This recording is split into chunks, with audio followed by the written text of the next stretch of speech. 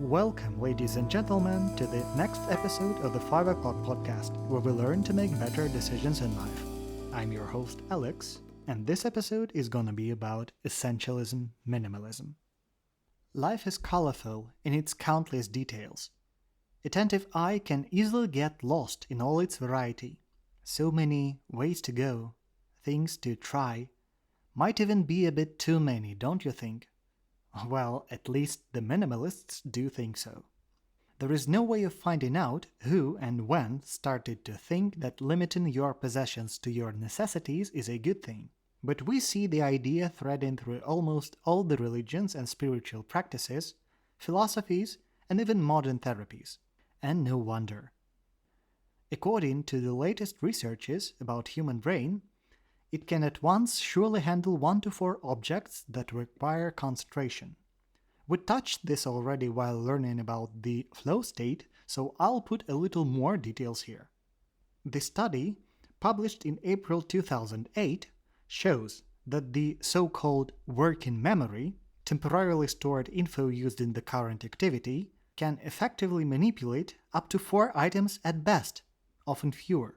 This can of course be trained by laying your whole life on it. It's just how we are. With more items, we just start to learn rapidly shift the attention between the items instead of improving the capacity.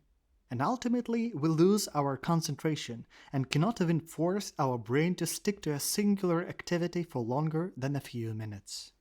That, by the way, enables more external manipulation.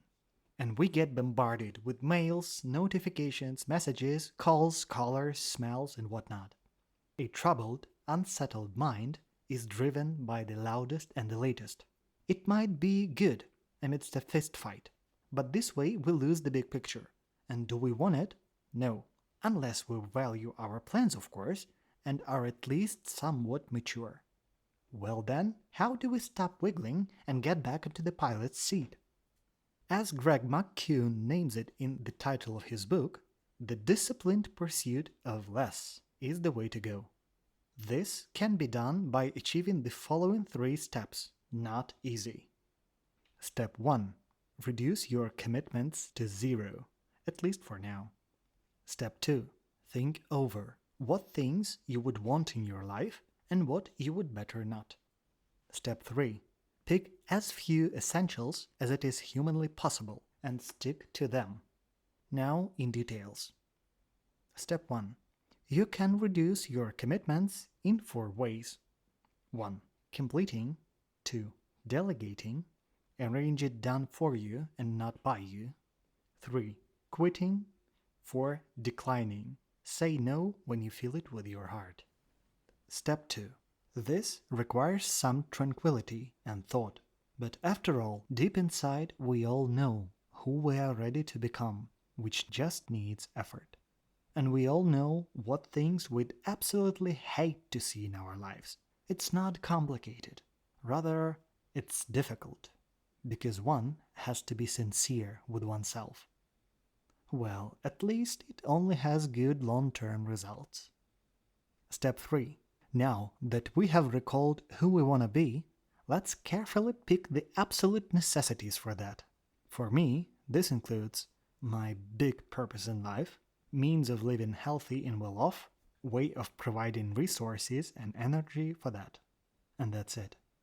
In fact, these podcasts started with me figuring my purpose at last, helping people make better decisions, sometimes even forcing them when I was younger. And what is your plan, dear listener? I hope you enjoyed listening and reflecting as much as I did. I'm glad to have you as a listener, and will do my best to be a better person and make better podcasts. Stay awake and aware. Make better decisions.